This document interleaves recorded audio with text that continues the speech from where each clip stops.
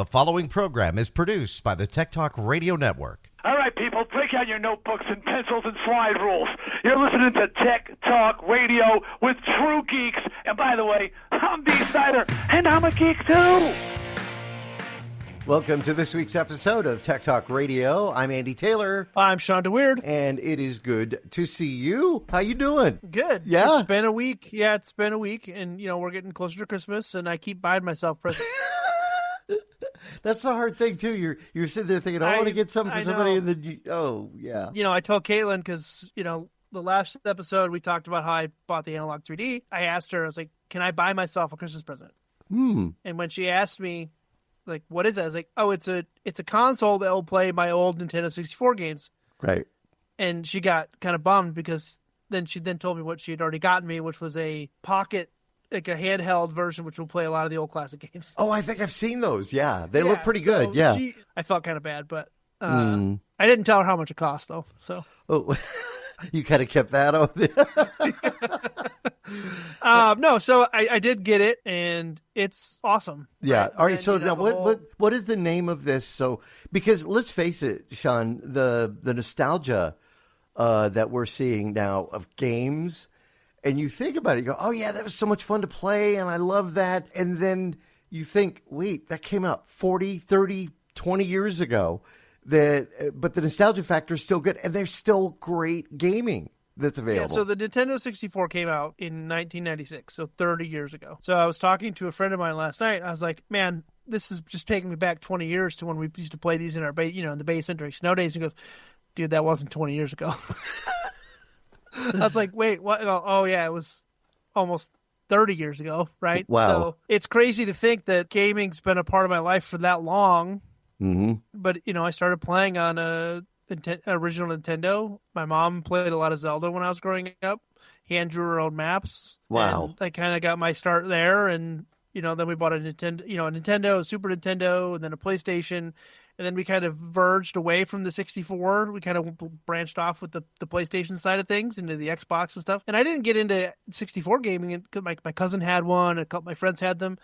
But I really wasn't into 64 gaming then. Mostly just by proxy with my friends. I picked one up a handful of years ago and started playing the old classics again. And then with the introduction of the Nintendo Switch Online, you could buy the subscription for the year and play Game Boy games and Nintendo games and 64 games, GameCube games, all that stuff on Nintendo Online. But it's only if you have an active internet connection, right? When don't you really, realistically these days? Nowadays, yeah. So I bought an original 64 console, fixed it up, made it work, was playing on that for a while, shelved it a decade ago. And then about a year ago, I saw the Analog 3D. That's what it's called. It's called the Analog 3D. Analog.co is the website. They make an Analog Pocket, which plays Game Boy games and stuff. But then they announced they were making a Nintendo 64. It runs it all hardware-based. And I was I didn't need it. I had my 64 if I wanted to play it. Wasn't into it. Like, I wasn't super into retro gaming again. Like, I was playing current games, and I passed. Yeah.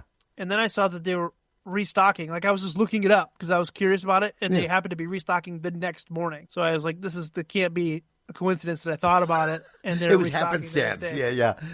So then I set an alarm. I talked to Caitlin that night, and then I bought it the next morning. It shipped. I think I got it early December, I think like the 3rd or 4th of December. Yeah, we had talked about it, and you hadn't received it yet. Right. And in that time, I had dug out my controllers, and I couldn't find any of my games. Yeah. Still don't know. You still couldn't find any of them? No, I don't know. Somebody has them. Right. I'm trying to figure it out if a friend has them, if they got put in a box when I moved, and I don't know. Yeah. They're missing. I have some manuals. I got the controllers. I had the actual 64, just not the game. So they're somewhere. So I started panicking because I was like, I'm going to get this thing and I'm going to spend all this money. I have no games to play. Yeah, there's no games preloaded on it, like 2 or 3. You can't load ROMs on it. It's not like there's no way to play games except if you have the physical cards. I'm not going to tell anybody where I bought them, but I started scrounging the internet and ended up buying. I bought 5 total games now. Right. I bought GoldenEye, Super Mario 64, Perfect Dark, Mario Kart, and Ocarina of Time. Oh, wow. Those are all great games. Yeah. And the one that I want to talk about, and I have a question for the collector. I'm not a collector. Right. Like, I play games. I don't collect them. But this one stirred a little bit of the collector bug in me. Oh, and really? I don't know what to do. Okay. On an auction site that I was on, I found a perfect dark box. Yeah. And that's all it said. It didn't really say if there was a cart in it or anything. You might be buying So I was just like, cardboard. Yeah. So I might have been just buying the box. Yeah. So on faith, I just said, you know what? I'm sure it's just a mislabeling. I'm sure it's got a cart in it. Otherwise, it would say just the box. So I got it. Yeah. All right. We're going to give us a view of it. It's in the box. It is in the box, though. So, yeah. Wow. So, That's the so original box. right, That's like, it's the original box. So I opened it, right? yeah. The manuals are still in there. Oh, cool. It is still physically sealed in the box by the cardboard. It has not been opened.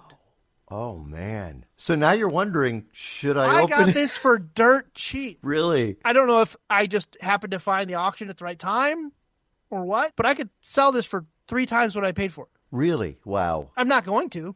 Well, have you been fighting with yourself trying to decide, do I want to open it? I really have. It's like closed in box. It's worth more money. But the cart's in there. Right. And it looks so clean. That's going to be a tough one because you probably couldn't buy it as cheap for a second one. Yeah, but like the perforated pieces of the cardboard haven't been pulled out. I don't know what to do. Yeah. Maybe some people who are watching this can share their thoughts. Should Shawn crack the case and open it? I mean, this has sparked a little bit of nostalgia in me. I've been on a retro kick the last 6 months, and I've been playing games that I played when I was a kid. A lot of Diablo, a lot of like Hocus Pocus, Doom, Wolfenstein, all those games that I played growing up.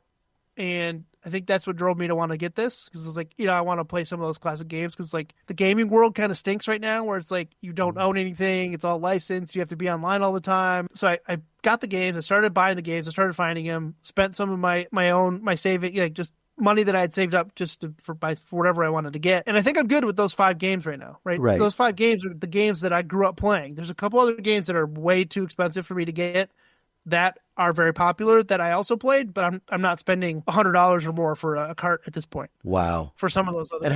How much were like when the original price on some of these games when they came out? Just to give people an idea. Right. So they were still like back in the mid 90s, they were still $50 for these games. Mm-hmm. I mean, with inflation and stuff, like I'm probably paying a little bit more than what I would have paid back then, but yeah. You got to find them in good condition, right? You got to find them not beat up, not corroded, not fake, because there's a lot of, like, the more popular titles, there's a lot of fakes floating around. Yeah. No, so I'm wondering, Shawn, there's a website, we've talked about it before, GOG, that has a lot of games that maybe we played, and I don't know if they ported some of the games that we played on cartridge or whatever, or these consoles to this, but, I mean, is there a difference, like, say, now, with this device you've got, that you're playing GoldenEye, which I got a chance to see some of the video and I was totally blown away. Is there a difference playing it there on that original kind of feel, that console, than playing it on GOG? They don't do console games. They mostly do PC games. You'd have to ROM or emulate console games. And there's a difference in playing the console, the ROMs versus an actual console. Yeah. And some people are Puritans when it comes to that. They'll only play it on the OG console. Some people don't care. Right. I'm indifferent. Like, I'll play them on a ROM if I have to, if I need to or want to. Like, playing them on Nintendo Switch Online, I don't think there's a difference playing it on Nintendo Switch Online versus playing on the Analog 3D. I really can't feel a difference. The quality, I think, may be better on this, just because it's hardware based. It's not streaming. It's not from my Switch. But it's still fun to play. So the other thing is, I was a little disappointed in is. And apparently they did this with the Analog Pocket, which is like their Game Boy version of their hardware Game Boy version, is they released special editions. Oh. So I'm going to show you a picture, Andy. All right. If I can change this here. Okay. All right. Showing this on the video. Much like the hardware side of the industry, a lot of people mod their Nintendo 64s with colored shells. Right. Analog 3D, they're releasing 8 different colors besides black or white. Right. And that came out 2.5 weeks after I bought mine. Oh, man. Now, this is the pocket one. You carry it around. Right. I would have waited and tried to get a colored one. Because these are cool. Like the lime green, the turquoise, the purple, the red, the yellow. Those are really cool pieces. So how does I'm happy with that. How would this hook up to your TV or monitor? HDMI. Oh, nice. It's straight in HDMI. That's how I've got it. I've got it hooked up to my computer right now so I can show you. It's just an Elgato capture card, HDMI in. HDMI out to a monitor, so I can see it and capture it if I want to. Oh, that's so cool. It works. It looks good. It feels good. It plays good. I'm using an original hardwired controller. Right. It supports Bluetooth or wireless controllers. So if you have the 8-bit DO controllers, or you have now, it doesn't work with the Nintendo Switch Online controllers. It's like the ones I have for my Switch. Right. Don't work. So I can't connect those to my Analog 3D, which is a bummer because I've got 2 64 controllers for my Switch that I was expecting to be able to use with this. It doesn't support that. Now, with a Blue Retro mod adapter, right, you could plug that in and then connect the Switch controllers to the mod, which then physically plugs into the device. Now, how do you get the games on this one? Because obviously, with the you console, just drop the card in. That's it. Wow. Yeah, let me show you. Let me switch back over to my camera view here. All right. And I'll show you. And again, you can watch this up on our YouTube page or our blog. You'll find it all there as well if you want to see it. Now, this is the Analog 3. It's Analog 3D is what they're calling Analog 3D. Yeah. Yeah. But it's spelled Analog is spelled the UK version with an O and an E. Okay. So Analog. Yeah, Analog. This is the box, right? So it's got the 4 controller ports on the front. The cart slides in just like it looks just like a Nintendo 64. Yeah, it does. And it's got USB, so you can plug your controllers in USB if you want to charge them. The operating system and everything runs off of an SD card here on the back. Right. HDMI and USB-C charging, USB-C powered.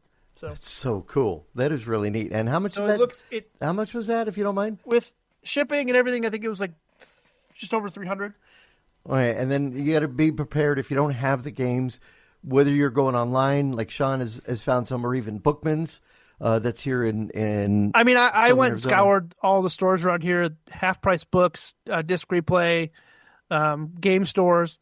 I was actually kind of surprised. I went into a store here I hadn't been into, and I was like, do you have any 64 games? He goes, we don't do digital gaming here. I was like, Nintendo 64 games? He goes, we don't do digital gaming here. I was like, and he was kind of rude about it, and I was like, okay, thanks. I'm just going to look around, I guess. Yeah. And then I walked out. Thrift stores actually sometimes you can find a good find at a thrift store when it comes to that.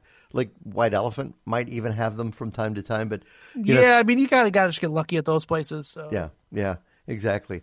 Oh, wow. Yeah, so like I said, I got, GoldenEye, Mario 64, Zelda, Ocarina of Time, Mario Kart, and... Now, for those listeners who are thinking, okay, we're talking about some older games. That means, 8-bit, blotchy, blog, like maybe it doesn't have that good look. I don't know if you can fire up GoldenEye while we're on the video. Yeah, I can. Just to show you the video gameplay of this unit from Analog 3D. Actually, this looks really good. And if you remember... So if you're watching the stream, right, this is... The old games still, because it uses... the RAM to store the saves, it doesn't have to store it with a battery. The save files are still on these games from whoever owned these previously. Really? Wow. There's a complete game with almost every mission completed in here already because whoever owned this game before. So I built a new one and was playing it, but right. So yeah, I was just playing. I just finished a level right before we were talking. So right now I have to get the GoldenEye key and leave, and I got to photograph the main video screen.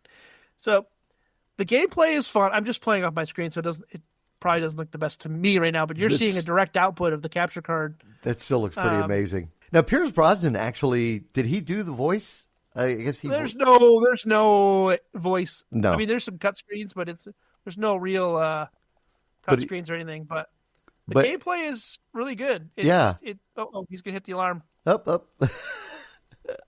It's James Bond stuff. So yeah, well, back then we probably not for the kids, it was for the grown-ups, but it's still fun to watch. Yeah, this is like stuff that my parents probably didn't let me, like. That's probably why I didn't own it. Now, you're playing with a controller, right? I'm I'm a mouse keyboard guy, and I guess I'd have to get used to that again. It's still it looks like it flows really well. Not a lot of lag. I mean, well, that's what I'm saying. Like the Analog 3D was built on hardware and it's overclocked, so it actually plays some of the games at a better bit rate or a better processing speed. So they actually are smoother. Hey, I picked up the GoldenEye key. I know that guy. That's that he did that big pose in there when he. Yeah, I remember that. Yeah, It's Boris. Yeah. Boris. Yes. I got to photograph something, and I'm not sure how to do that. Does yet. this make you want to see the GoldenEye movie again? Because it follows the movie pretty close, right? It follows the movie almost to a T, right? So you Right. actually play all the missions and stuff. It's awesome. It's pretty cool. It's so cool. But yeah, so All right. anyway, so that's pretty much the extent of what that is. So All right. So can I ask how much was the GoldenEye game? Or, I think I paid $25 for it. well, that's not bad. $25 Yeah, so bucks there's not the too controller. bad. There's the controller. It's original, wired N64 controller, atomic purple. Now you had that though, still, right? I bought another one because I only have two. I want to have four. Right. I only have two, so I bought a third one. This is my third one Right. because I want to be able to do 4-player games. Right. Oh, But I that's so can't. cool. I had two wired ones, and I have two Nintendo Switch Online 64 controllers to play on my Switch. I didn't know those weren't going to work with the Analog 3D, so that gave me my Okay. 4. Right. So now I need to get two more. I got one, so I need to get one more wired one to be able to have 4 total controllers. All right. So we mentioned, like the white elephant. We mentioned, thrift stores. We had a good question from Al this week who wanted to know some tips about buying a used computer. He's getting a new computer. It's going to be a used computer. He told me the specs. I'll tell you one thing that made me say, yeah, get it. That's a good deal. He wanted to get a gaming machine, not because he games, but because he believes that a gaming machine is going to have the highest quality graphics, the highest, processing, it's going to have good specs on it. So you're going to be able to do stuff. And he said he doesn't game, but he just figured that the gaming system is going to be pretty good. And he said he was looking at this Dell system. I want to say it was a 3840. Might have been 3480. I'm going off my memory. But he was going through the specs, and he said it was an i9 processor. It was running Windows 11 Pro, so he didn't have to worry about that. He's got a Windows 10 machine at home. He's afraid to use, Rufus, or it doesn't qualify for the upgrade. So he didn't want to lose anything on there. So he's going to start fresh with this. Had two 2 terabyte drives in it, right? So I thought, okay, that's good. That's pretty good. They're not M2s, which are great. They're SSDs, but then he said it had 128 gigabytes of memory, and that's what got me, because I said right now the cost of memory is through the roof. If anybody has tried to buy memory sticks, they get online, they go, wait a minute, what happened to the cost of memory? It's crazy. This system, he was going to be able to purchase for $800. And I told him, I said, you know what? Make sure it boots up. But he said he wanted to know, what are some tips about buying a used computer? Oh, boy, that's a loaded question, right? Yeah. So it's like you want to inspect it yourself before you get it. You want to make sure it powers on. You want to make sure it posts. If it has a hard drive in it, I would just take the hard drive out. I would just buy a new hard drive for one. Like, just not even bother with it. I mean, unless they're really good solid state drives, you can run smart on them and see how long they've been on, how many read writes they have. Because mechanical drives, specifically, they have a lifespan because they're mechanical. Yeah. Solid state drives have a read write life. They actually have a specific amount of read writes they can do before they start to degrade. Yeah, might actually find that over time they'll start to the quality. You have little things that'll happen and stuff like that. So you have to think about that. So those things, like, you want to make sure it has a power supply that's going to be powerful enough to support any peripherals like graphics card or your processing power, your processor, any other PCI cards you may have in there. If you have an all-in-one water pump or water cooler, you want to make sure it can support that. You're taking risks buying used equipment, like you just are. Like there's nothing getting around that. But you can inspect for physical damage. You can inspect for water damage. You can inspect for corrosion. Those types of things. If you open up a machine, and a bunch of crumbs and dust and mouse caked in a mouse, or it's caked in dust, like that is a sign that somebody didn't take care of it, right? Yeah. So there are obvious signs to look out for, but more often than not, people selling used. I'll tell you one that I found once. Take a look at the fans. especially if the graphics card, and it had a 30. I think he said it had a 3060 in it. Take a look at the fans. If you were in a house that somebody smokes in, and they had a computer, you're making that face. The fans become, not only do they not maybe spin as much, but they get this brown crud that is on the fans that gets over everything. On the motherboard, everything. I have cleaned computers for people's parents that have smoked their entire lives, and it is disgusting. Yeah. It's gross. It's gross. It comes into like a yellowish brown kind of. It's tar. You're cleaning tar and nicotine, and it's gross. Cleaning a smoking computer or a computer that's been in a dirty environment where maybe there's wood smoke. Like I cleaned one that somebody had in their basement that had a wood stove in it, so it still had a lot of wood, wood smoke smell to it and stuff. Right, kind of that kind of smoke to it. But check the fans too on it. Check the fans. Make sure they all spin, and if you can actually spin them with your hand freely, right, and see if they feel like they're dragging. I mean, fans are cheap. Yeah, you can get new fans for relatively inexpensive. So I wouldn't make or break a deal on just a fan. But I know I saw somebody once doing a yard sale out here, and they had an old CRT and they had a computer for sale. And I'm thinking it had to be probably Windows 7, maybe. I just sold a ton of stuff at a yard sale. I got rid of a ton of old laptops and old MacBooks and I was selling them for dirt cheap. Did you let people boot them up? Because I would say make sure it boots. I put Linux Mint OEM on there. Ooh. And it said, if you're ready, this is you can just turn it on and put your username and password in and go. I was thinking Macs. If you put it in recovery mode, you can re-image. Right. And then you can let them as soon as you get to that first page for a Mac, you just shut it off, and then it boots up and I mean I sold video cards, I sold RAM, I sold all sorts of stuff at my last yard sale. I was thinking, I have a couple of old half 932s from Cooler Master. I mean, they're massive. These things are massive. And, I thought about selling them online because I don't use, I go for the smaller computers now, just they're much nicer. But shipping would kill me because they're super heavy too. Yeah. So I thought maybe selling them, at a yard sale but then I thought somebody would pick it up for $10. Well, I'm just thinking take one of the old motherboards I have, install, Linux on it, put Mint on, and sell it as it's a working Linux computer. You want to get into Linux? This would be the way to go. That's actually, you give me a good idea there. All right, we're going to take a quick break. We come back. We'll talk about maybe some holiday gift giving ideas. Couple of things we're going to be looking at coming up, and I know one you're going to be really excited about. So we'll do that when we come back with more of Tech Talk Radio. I'm Andy Taylor. I'm Shawn DeWeert. Subscribe and like to us on all the streaming platforms that we're on: Spotify, Spreaker, Tech Talk Radio, YouTube, X, Facebook, you name it. It's a lot. Find us there. We'll be right back. And now, back to Tech Talk Radio. So I know one of the things that is a passion for Shawn has been drones. We've talked about drones quite a bit. You got DJI, you got Insta360 with their devices, and there's a new one on the market that I started looking at, and I thought this would be kind of fun to take a look at.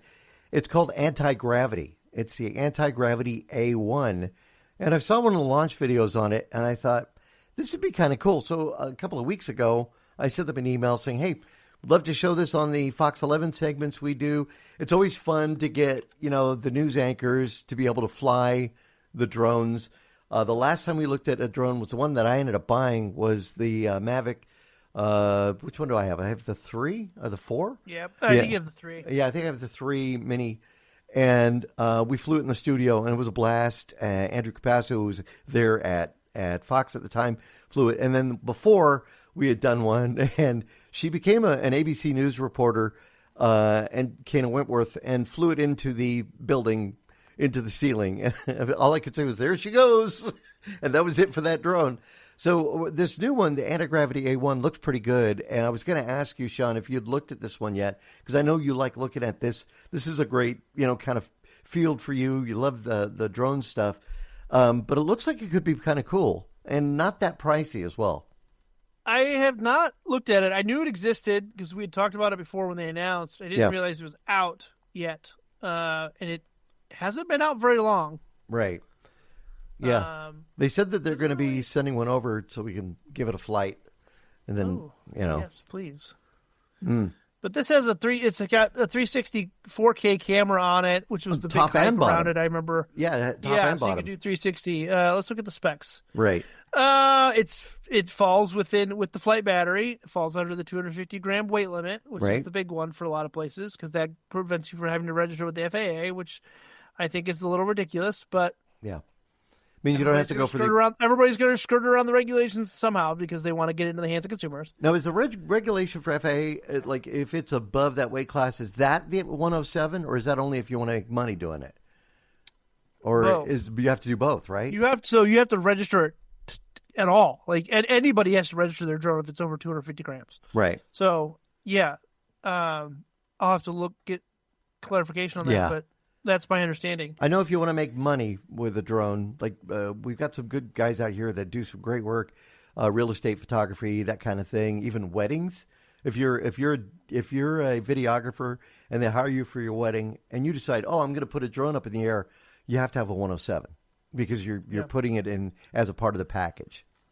Yeah. So it looks like just from my quick reading that the video recording on this is actually their own proprietary video format that you have to export through their anti-aggregate. Like you can't natively take it right off the memory card into your own editing platform. Right, like you can with DJI, which is kind of nice. It's an MP4 or an MOV, depending on how you have it set up. But, I mean, this looks cool, and it's got the FPV goggles. I mean, they're all kind of the same if you look at them from a top, like a wide view, right? They all fly, they all take video. Right, like, why is one better than the other?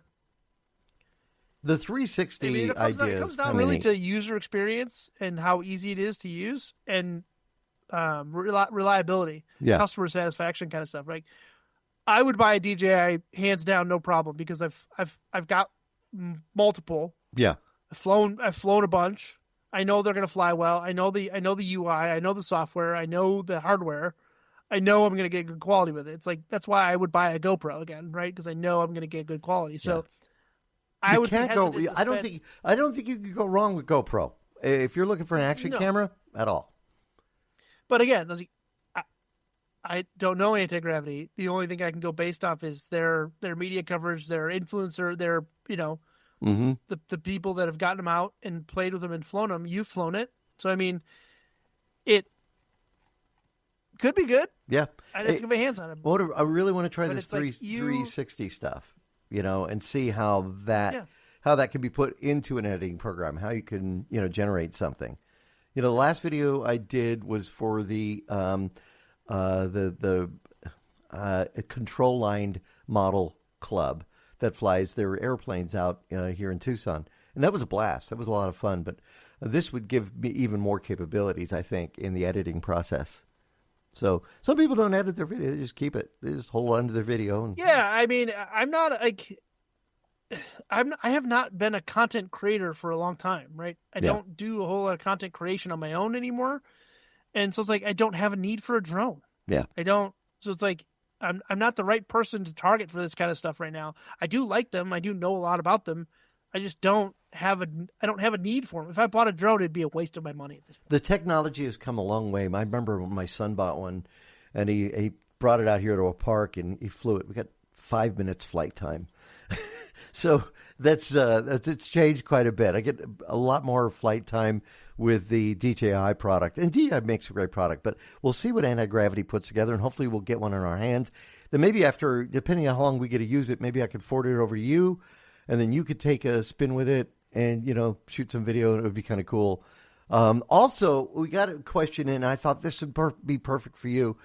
Art sent me a note the other day, and he wants to know the best place to buy a Mac.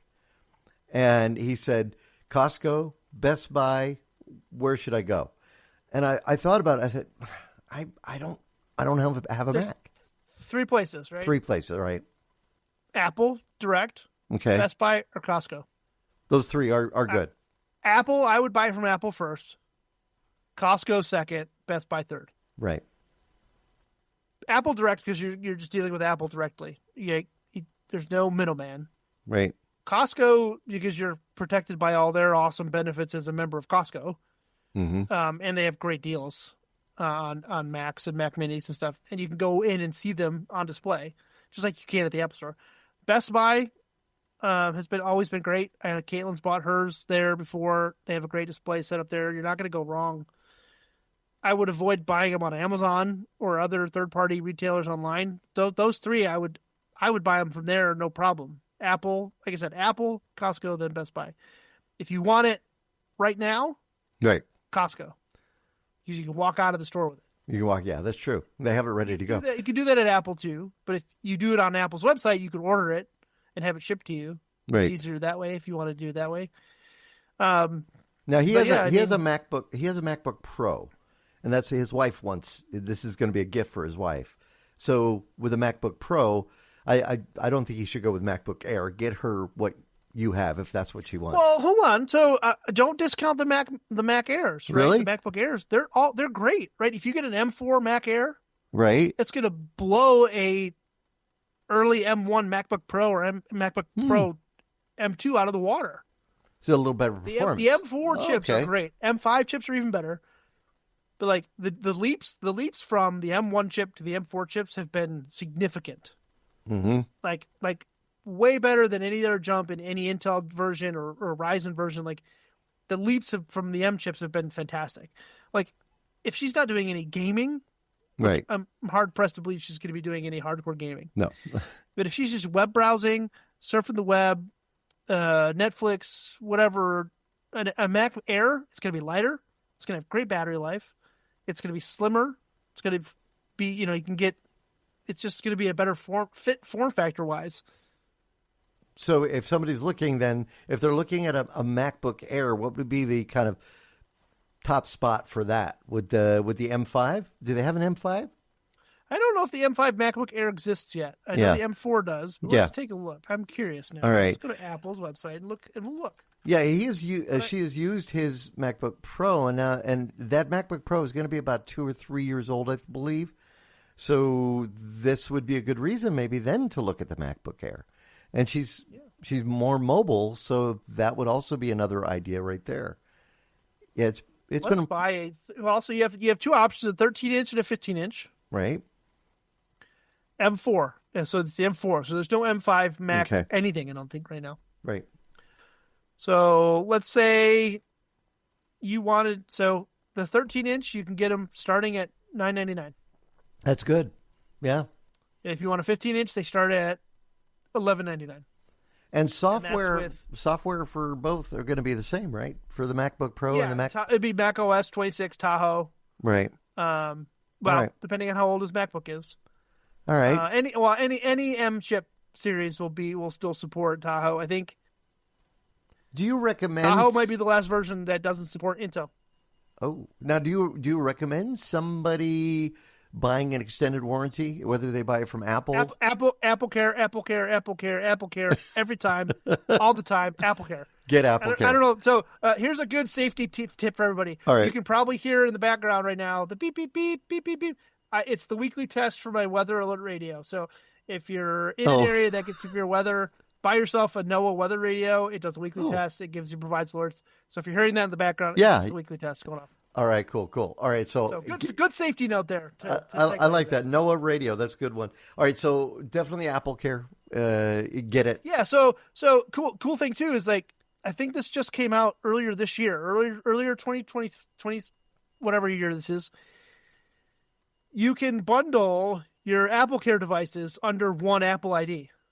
So Apple Care costs me $29.99 a month, but it covers my watch, it covers my phone, it covers my M4 Mac Mini, all under the same Apple Care.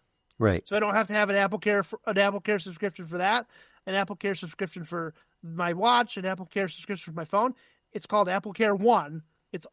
I think it's up to 4 devices that require Apple Care or that are eligible for Apple Care for one subscription cost, which is great. Now, I was paying for my phone, I was paying for my watch, right. And I didn't want to pay for the M4 Mac Mini that I got, but it was eligible. And then I realized I could do this. Here's what I figured it out. when I upgraded to the Tahoe beta and screwed up my phone.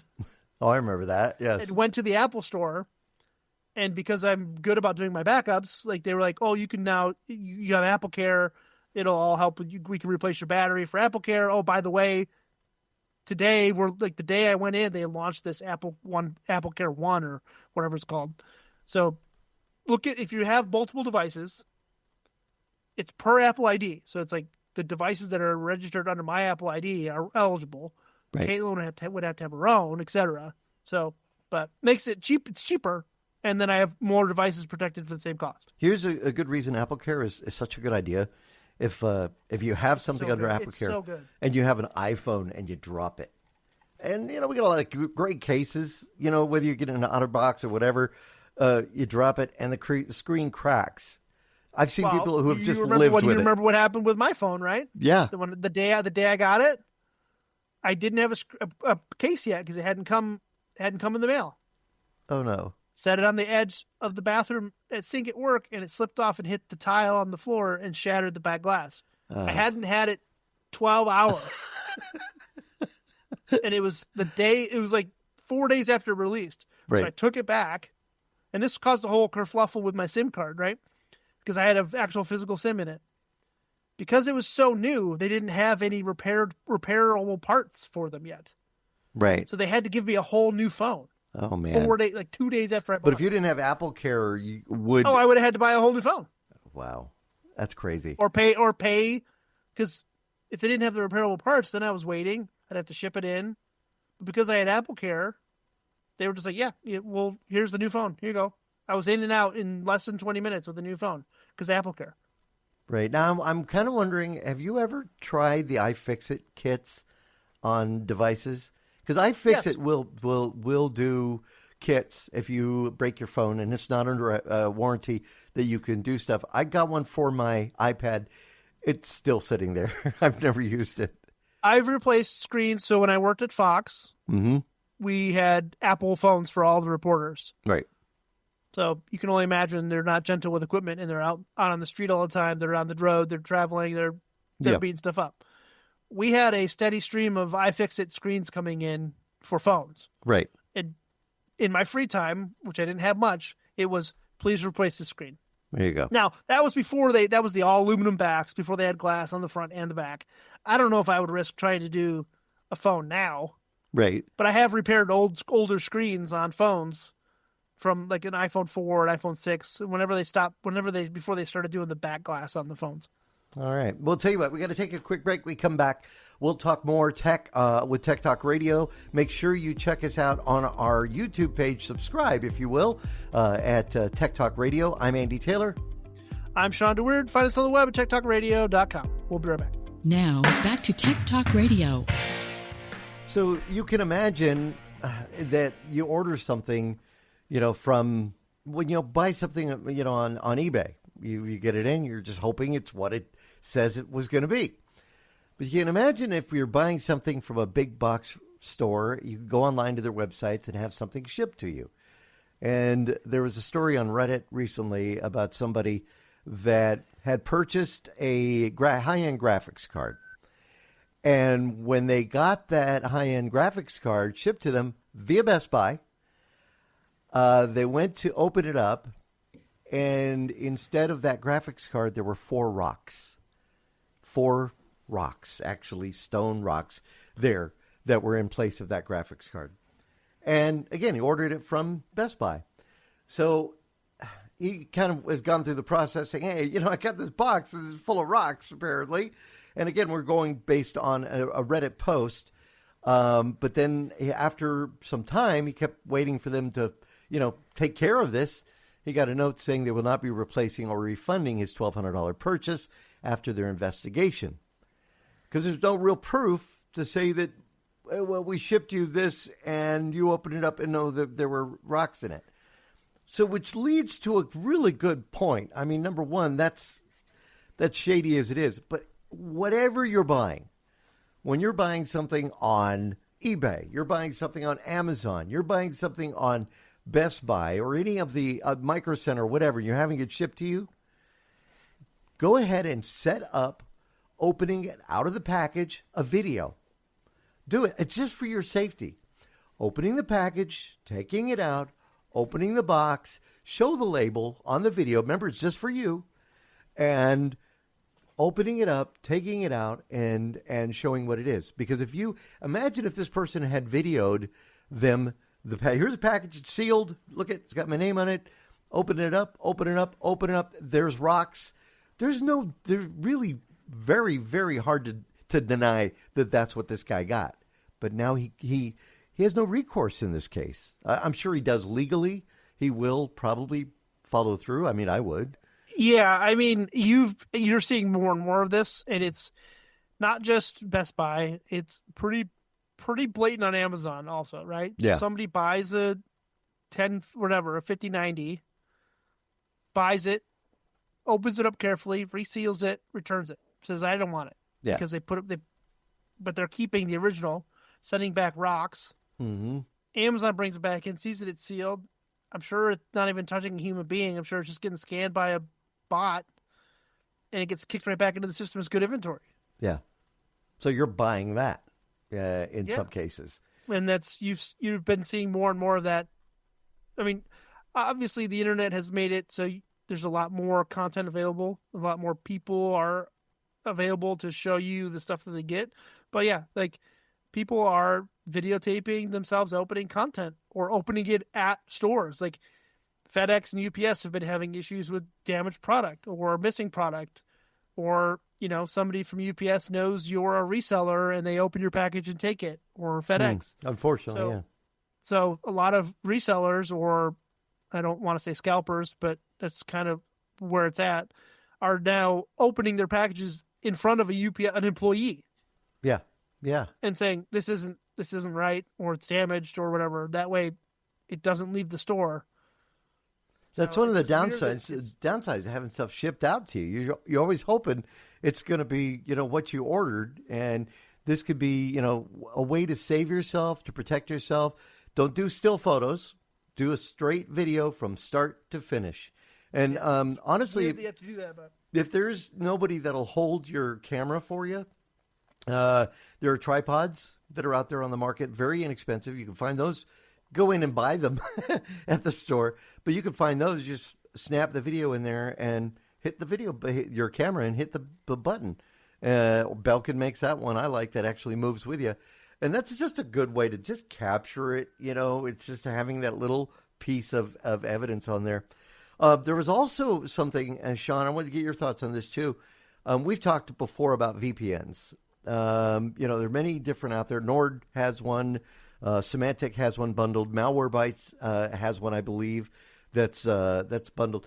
But the Department of Homeland Security's CISA, we've had Mike Letman on before from CISA. They're a government agency which handles basically the cyber infrastructure. They're telling people and they're reminding people, especially during the holidays now, stay away from the free VPNs. Because we're seeing more and more of the free VPNs that are out there, and that they're saying that this could put, harmful apps on your devices, and this is dangerous. So if you want something that's going to protect you, spend the money on it. absolutely. Let's face it. Because again, it's the adage that says if it's free, you're the product, right? So it's like they're taking your data and doing something with it.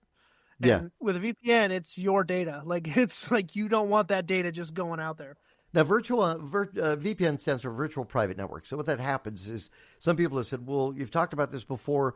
I talked about it on our Fox segment where, you go and you're sitting in a coffee shop and you decide you want to do some shopping while you're online, enjoying your latte or whatever. Doing that just on a public Wi-Fi is just not good. So what you want to do is get a VPN, Virtual Private Network. So it encrypts your information from your point of origin and decrypts it on the connection side. So what happens is all that encryption that's going on with a VPN then protects your information, and that's why having the VPN is a good idea. But again, don't fall for the cheap ones. Maybe get one. Do you have a preference? I mean, If I need one, I use the Malwarebytes one because it's included with my plan. Right. My Netgear router has one built in. If I wanted to enable it, Yeah. I could. Linksys, I think it has one I think too. it's just OpenVPN. I think is what it is. Your big vendors have them. Nord, Right. Cloudflare. I wouldn't use Cloudflare. They've been down too much lately for my taste. Yeah. But But Nord's supposed to be Malwarebytes, pretty good. Nord, Symantec. But again, avoid the free ones, right? Because there's a million free ones out there, and they all want the same thing: your data. Yeah. All right. I'm going to mention this. One of the benefits of a VPN is, and I don't know if this is legal, but like I remember years ago there was a documentary about Gordon Lightfoot. You know, the guy who sang Sundown and, you know, good musician. Not the direction I thought this was going in. Yeah.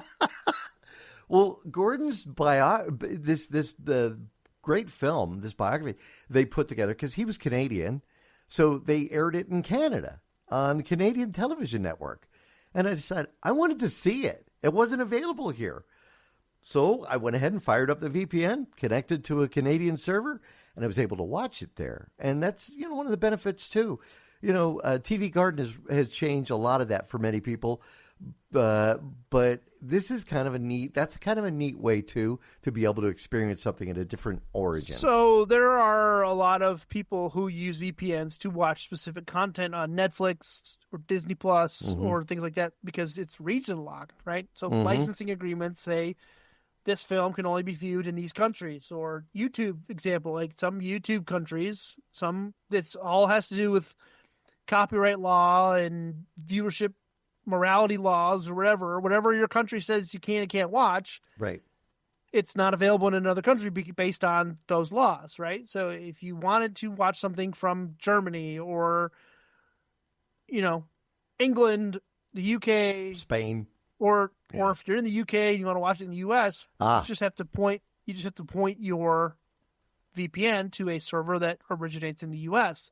Therefore, when your data comes out of the VPN, it thinks you're in the U.S. That's right? how that works. That's how the VPN works. So then, therefore, your home country is where your VPN resides. If you're traveling, is it smart to use a VPN? Oh, It yeah. can be. Yeah. Yeah, because otherwise, if you're connecting to an internet provider here in the U.S. via free Wi-Fi, you're connecting to U.S.-based servers. Right. So if you're traveling from the UK, for example, and you want to watch your UK content, you might not be able to. But it all, like, again, it's so specific to every person who's trying to watch whatever. Like, you could be watching one piece of content that may or may not be available. It might be available in Canada. It might not be available in the US, but it might be available in the UK. There's weird. It gets really weird and kind of trippy on how you have to handle where you're watching your media because of different laws for every country. So Yep. VPNs allow you to do that. Hopefully, we'll get some comments on our video here about which VPN you like to use and which one has worked the best for you. And VPNs, like Andy said earlier, encrypt your traffic, right? So your internet provider doesn't know what you're watching or doing, Right. because it's encrypted from point to point and back from the VPN provider to you. So it's to protect you.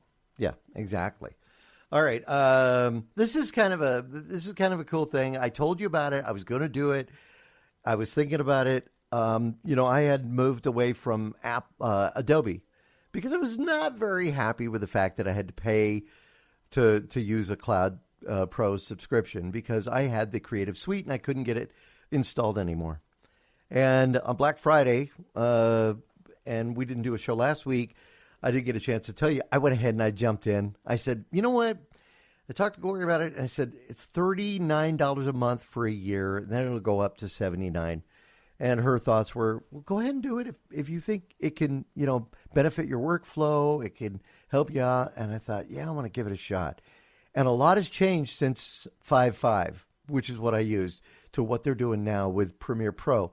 And I got the full Cloud Pro suite. So I've got Premiere, Dreamweaver. Yes, I still do HTML website stuff, but I got all of this Lightroom, Firefly, and I got to tell you, I've jumped more into Photoshop and doing stuff with the tools that are part of Photoshop, it is absolutely mind-blowing.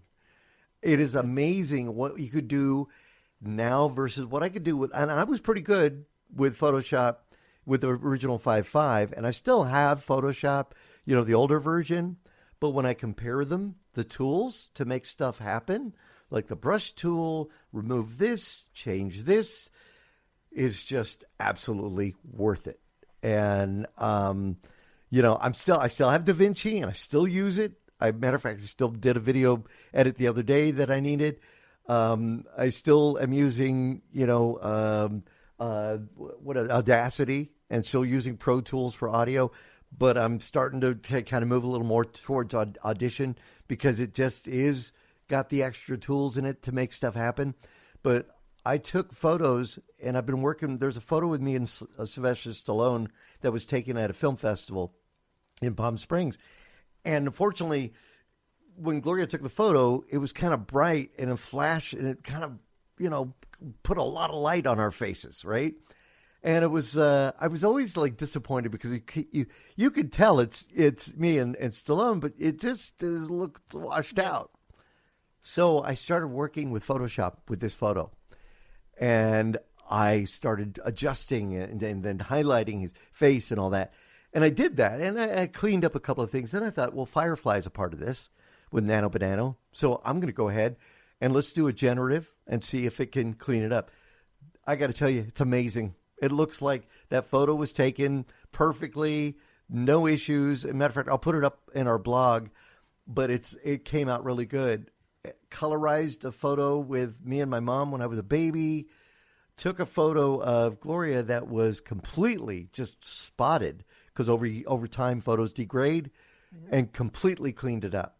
So now I'm telling all my friends, if there's listeners, you need a photo redone, send it to me. I want to do more of these just to keep them going.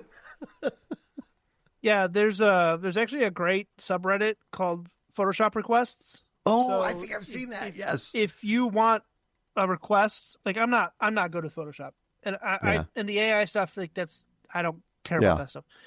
So like when Caitlin's grandma passed, she wanted a specific picture of her on a black background, and it wanted to be cut out of the specific picture. So I just put it up there on Photoshop Requests and paid somebody $5. There you go. To completely clean it up, and it took 15 minutes for somebody to do it.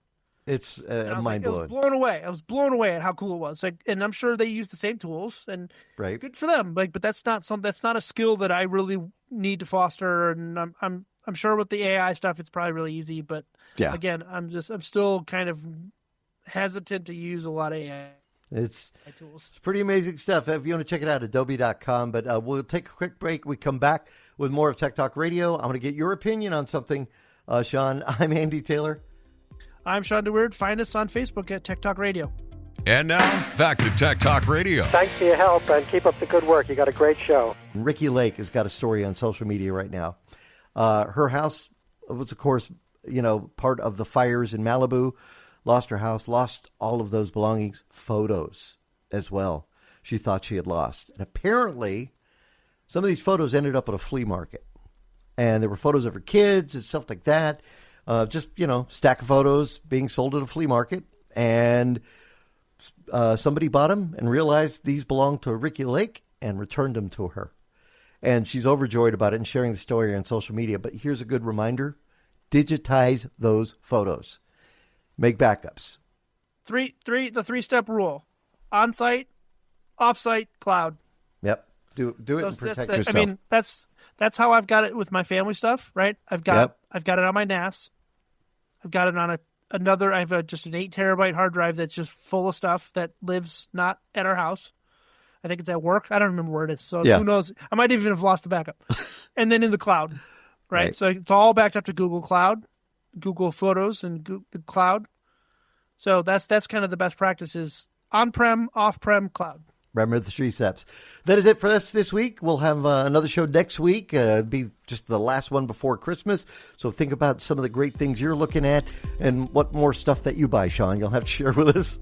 I'm Andy Taylor. My wallet is not going to support. I will not financially recover from this. Oh, boy. Have a great week.